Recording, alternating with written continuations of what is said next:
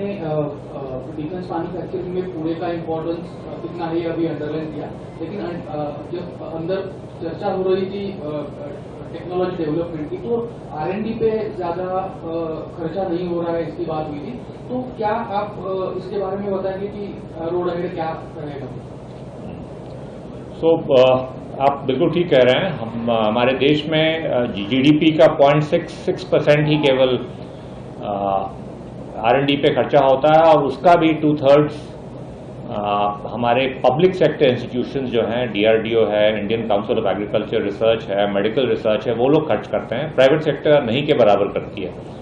इस स्थिति को हमें चेंज करने की ज़रूरत है, क्योंकि डिफेंस में खास करके अगर R&D के बिना आप आगे नहीं बढ़ सकते हैं, और अनलेस हमारे पास IPR रहे तब तक हम वल्नरेबल रहेंगे, या इम्पोर्ट डिपेंडेंट या सप्लाई चेन डिपेंडेंसीज हमारी रहेंगी। उसके लिए भारत सरकार ने 2 कदम उठाए हैं।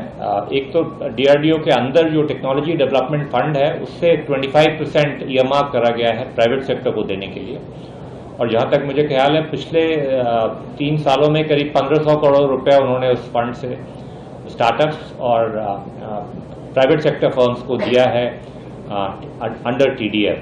उसके अलावा एक बहुत बड़ा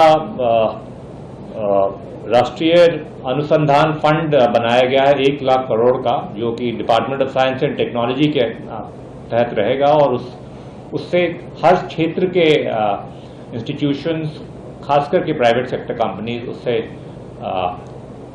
जो जिसे पेशेंट कैपिटल कहते हैं, कम इंटरेस्ट पे लोन या किसी फंड ऑफ फंड्स के थ्रू इक्विटी सपोर्ट ले सकते हैं। उसकी modalities department of science and technology workout कर रही है, और मेरे ख्याल से जब वो ऑपरेशनल हो जाएगा तो काफ़ी हद तक ये फंडिंग सपोर्ट का इशू प्राइवेट सेक्टर के लिए नहीं रहेगा। वो डायरेक्टली इस तरह का लो कॉस्ट फाइनेंसिंग के बेसिस पे R&D के क्षेत्र में आगे बढ़ सकते हैं।